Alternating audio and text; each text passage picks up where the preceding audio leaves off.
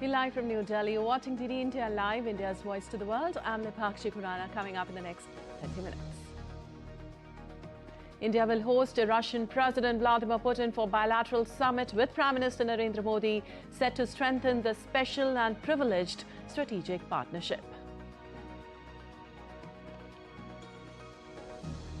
Hectic diplomacy continues over Ukraine peace plan. Trump envoy to meet Ukraine negotiator in Miami. Kremlin says work on Ukraine proposals going on.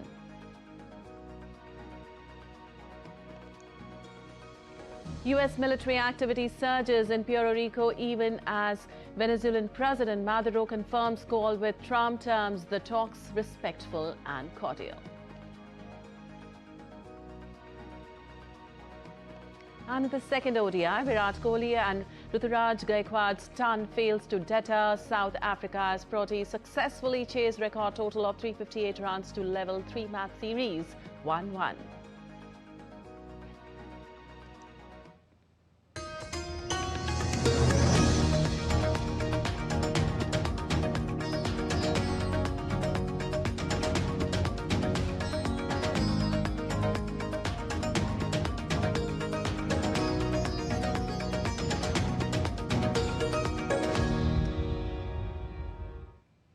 And on to the details now. Russian President Vladimir Putin will arrive in India on Thursday for a high-stakes two-day state visit, his first since 2021. Now, he will join Prime Minister Narendra Modi for the 23rd India-Russia Annual Summit, aimed at taking the bilateral partnership to a qualitatively new level. Ahead of the visit, security has been tightened across the capital for this pivotal summit. DD India's Ravindra Chauhan has more details.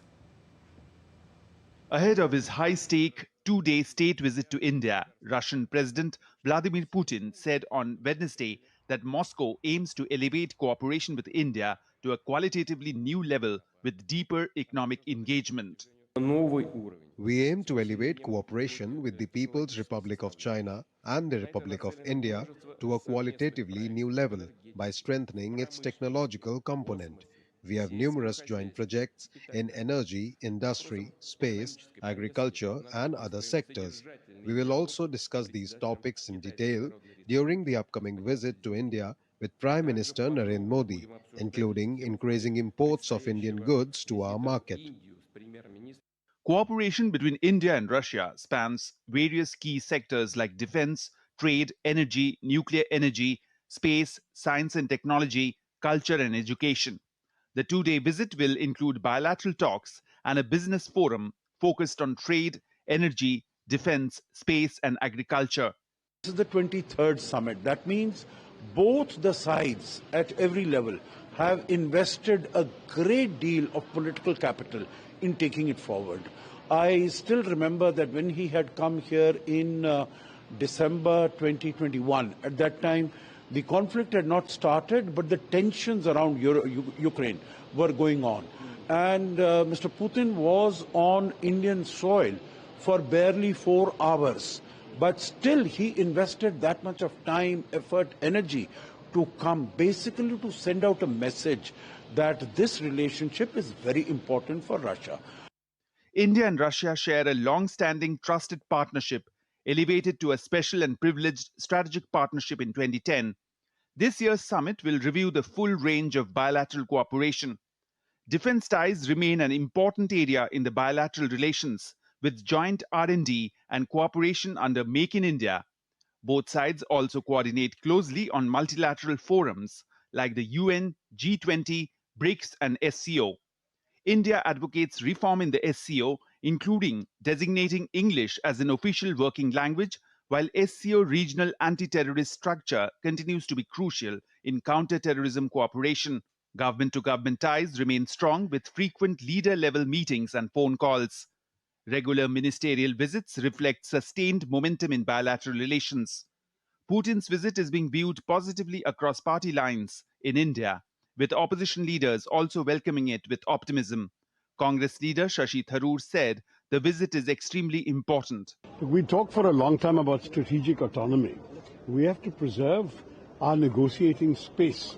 For us, we cannot mortgage our autonomy to any other country's interests. We have to have independent relationships with all these countries. And Russia is an old relationship, it's a serious relationship, it's a strong relationship, and one where obviously we have very many fundamental interests at stake. So I think we will have to see this relationship, how it moves after this visit, but it's a very important visit for our country. The enthusiasm of President Putin's visit to India is also visible on the artistic landscape. An artist in New Delhi has prepared a portrait of President Putin alongside images of India's present and past prime ministers, symbolic of a strong and enduring friendship between the two countries. Ahead of the high-profile visit, security agencies are on high alert with an extensive security grid deployed across the national capital, covering all routes and engagements. Bureau Report, DD India. And India's Defence Minister Rajnath Singh and his Russian counterpart Andrei Belousov to review the full spectrum of bilateral defence ties, including military and military technical cooperation. Well, both the leaders will co-chair the 22nd India-Russia Intergovernmental Commission on Military and Military Technical Cooperation in New Delhi. The two ministers will also exchange views on contemporary, regional and global issues of mutual interest. Also, a two-day India-Russia Business Forum is slated to kick off in the national capital on December 4th and 5th, coinciding with Russian President Vladimir Putin's visit to India. On day one of the forum, India's Commerce and Industry Minister Piyush Goyal, along with Deputy Chief of Staff of the Presidential Executive Office of the Russian Federation, Maxim Oreshkin, will participate in the forum. The forum will explore various areas of Russian-Indian cooperation, including expanding Indian engineering products in Russia, increasing Russia's purchases of Indian food products, pharmaceutical goods and collaboration in digital services as the two countries eye to boost their bilateral trade target by the year 2030.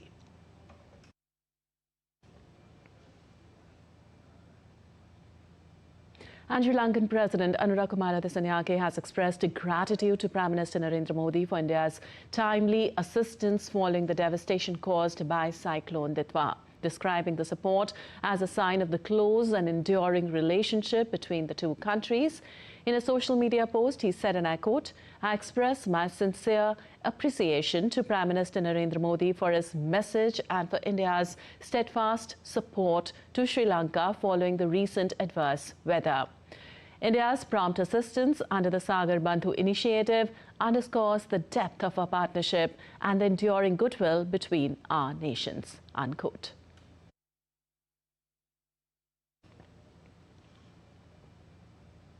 And President Dissanyake's remarks came as Indian teams continued relief and rescue efforts on the ground. Another Indian Air Force's C-17 Globemaster aircraft on Wednesday airlifted to Sri Lanka a readily deployable Bailey Bridge, an urgent requirement to restore road connectivity to areas cut off in the wake of severe devastation due to Cyclone Ditwa.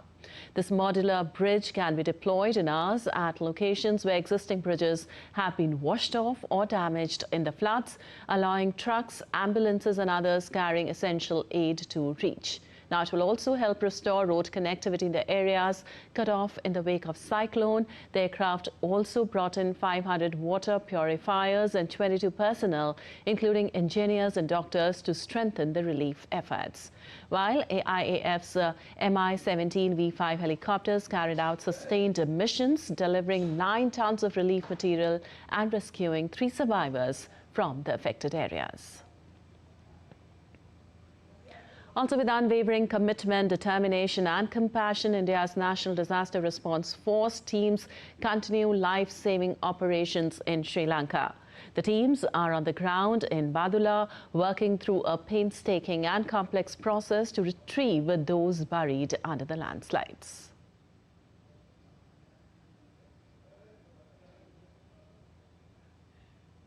And moving on, the Indian Navy Day is being celebrated today, highlighting the achievements of the maritime branch of the Indian Armed Forces. Ahead of the D-Day, the Navy displayed its operational prowess and maritime capabilities through a spectacular operational demonstration in Thiruvananthapuram on Wednesday. The mega event brought alive the Navy's formidable combat capabilities, technological excellence and operational readiness while reflecting the alliance. Vishal Baristo reports for more. 150 men ceremonial guard of honor was presented to the President of India, the chief guest, upon arrival at Shangumagam Beach, Thiruvananthapuram, where Navy Day was celebrated. Chief of Naval Staff Admiral Dinesh K. Tripathi hosted the President. The operational demonstration featured a thrilling display of coordinated maneuvers by frontline platforms, symbolizing the Navy's ability to deliver power and precision across the maritime spectrum. More than 20 naval ships and submarines, including indigenous aircraft carrier INS Vikrant, along with a formidable array of air assets and elite marine commandos, presented a spectacular display of naval strength and operational excellence.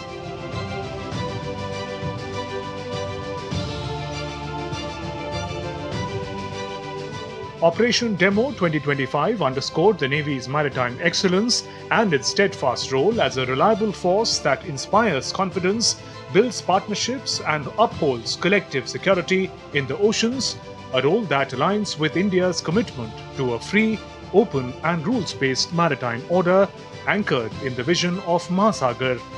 People of India are grateful to the men and women of Indian Navy for their service to the nation. We are proud of each one of you. On behalf of fellow citizens, I would like to thank all of you for your professionalism, passion, and patriotism.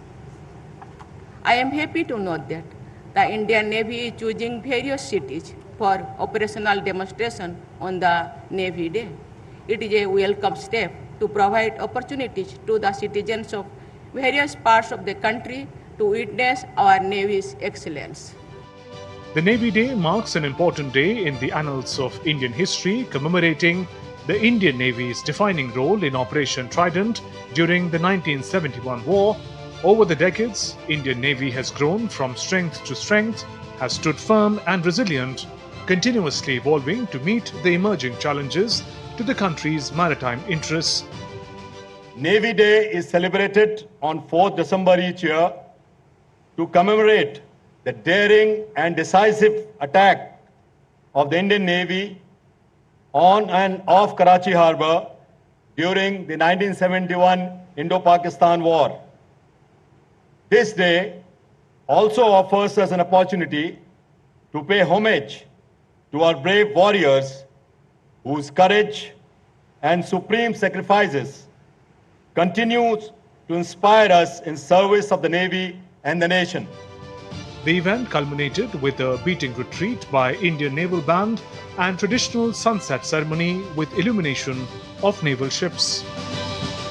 Combat ready, cohesive, and self-reliant.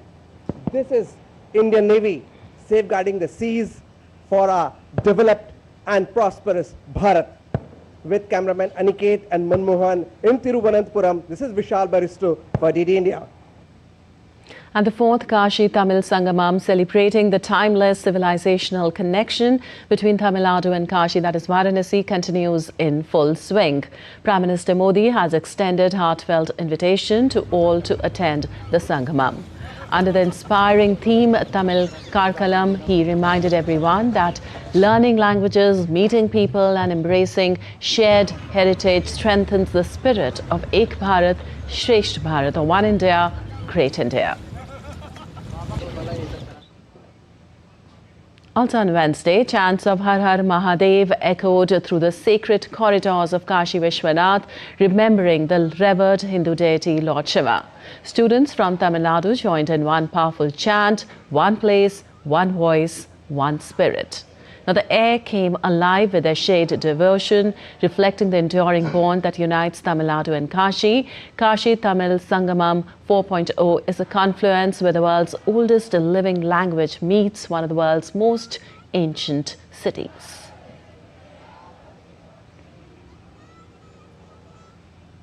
And still to come in this edition of DD India Live. Under a suspense, vote count again as Nasrallah clings to razor-thin lead over Trump-backed Asfura. Team India unveils new T20 World Cup 2026 jersey during ODI break in Raipur. An Italian Alps town puts on a very beautiful winter light show as festive season kicks off.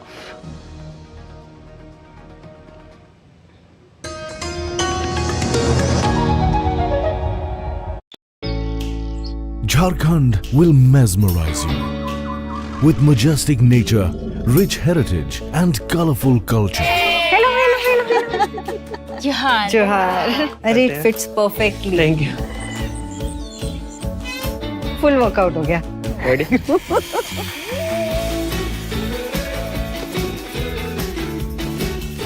Postcards from Jharkhand on National Geographic.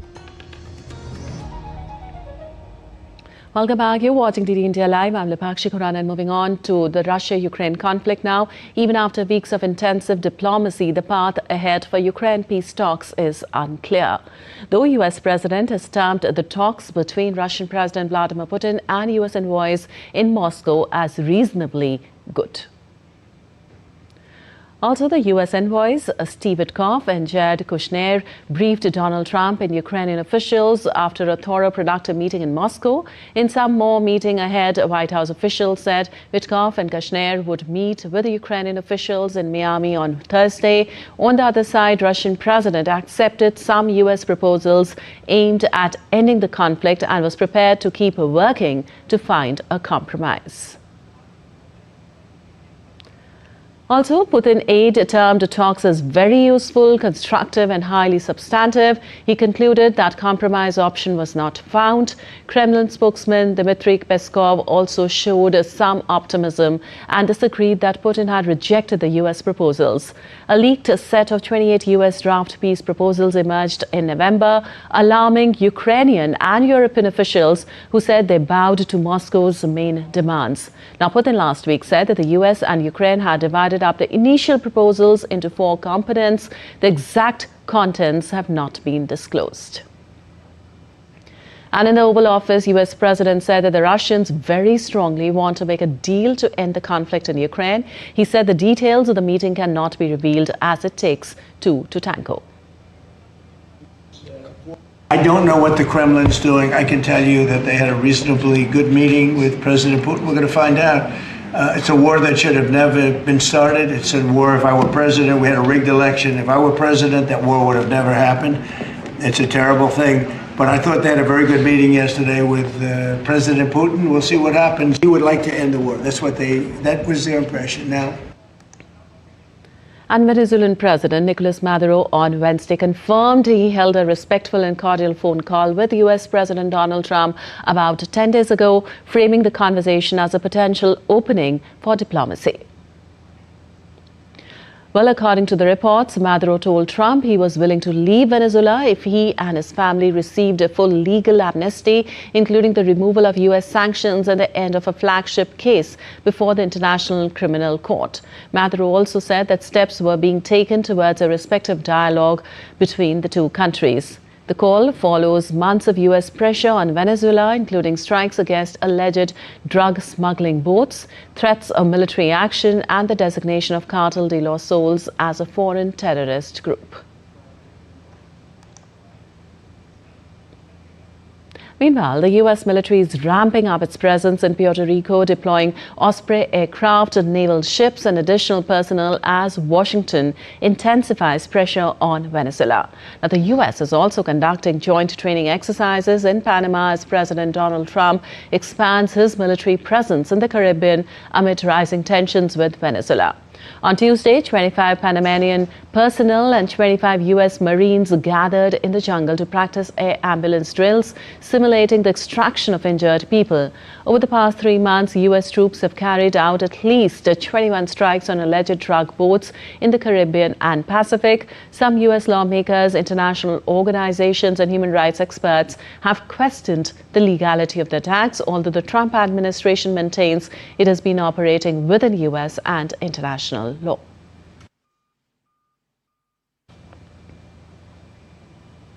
And more than 300 Venezuelan citizens returned home on Wednesday as part of the government's ongoing repatriation program for the migrants, many of whom had attempted to reach the United States through Mexico. Now, the Venezuelan Foreign Minister, Juan Gil, said the flight, which arrived at Simon Bolivar International Airport, brought in 304 passengers. Among them, more than 140 were children. Another plane carrying Venezuelan migrants from the United States was reported to have landed in the country on Wednesday. Now, according to the Transportation Ministry, the Eastern Airlines flight from Phoenix was authorized to land at Maguetia near Caracas after a short suspension of bilateral flights triggered by rising tensions between the two nations.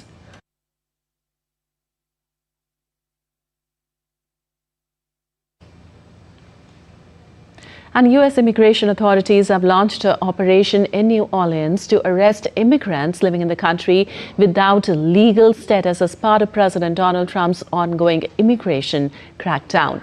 Now, the Trump administration is pausing all immigration applications, such as requests for green cards for people from 19 countries banned from travel earlier this year as part of sweeping immigration changes in the wake of the shooting of 2 National Guard troops. The changes were outlined in a policy memo posted on Tuesday on the website of U.S. Citizenship and Immigration Services. The ban applied to citizens of Afghanistan, Myanmar, Chad, the Republic of Congo, Equatorial Guinea, Eritrea, Haiti, Iran, Libya, Somalia, Sudan and Yemen, while the restricted access applied to people from Burundi, Cuba, Laos, Sierra Leone, Togo, Turkmenistan and Venezuela.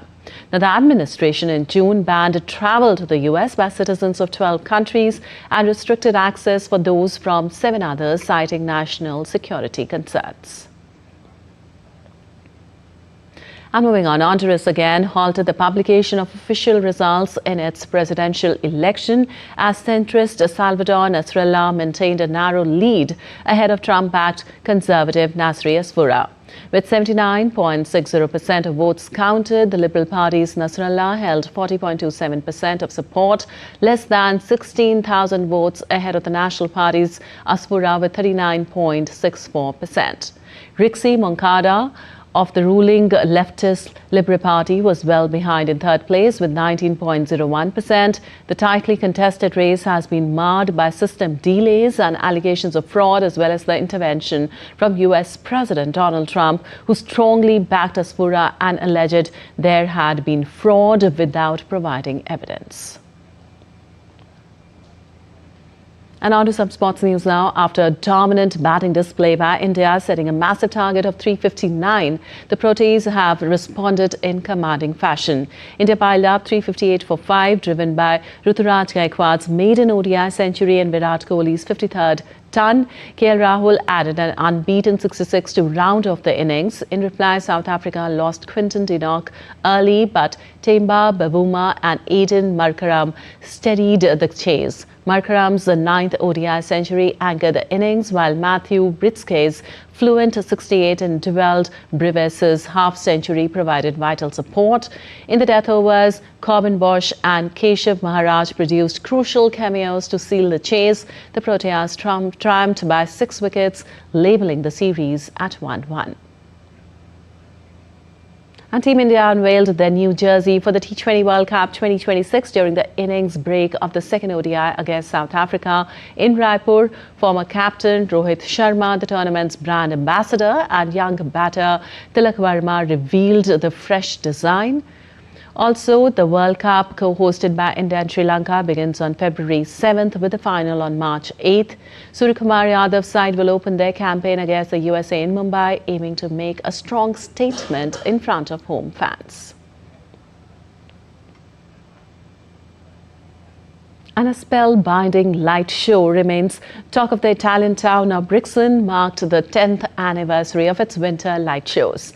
The 20-minute show follows the journey of the little creature Oops, navigating the city before finding its home. The production aimed to target children and families, integrating projection mapping, music and storytelling in the renowned venue. Take a look.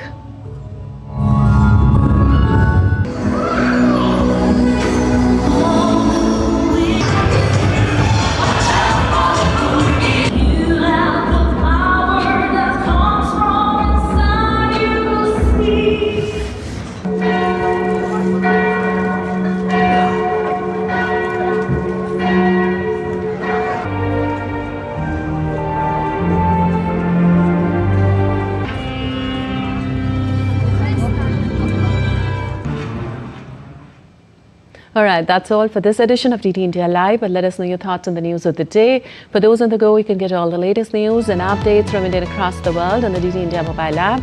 The app is available on both Android and iOS platforms. Scan the QR code on the screen to download now. We'll be back with more news as it breaks here on DT India. I'm Lipakshi Kurana from all of us here in Delhi. Thanks for watching DT India Live.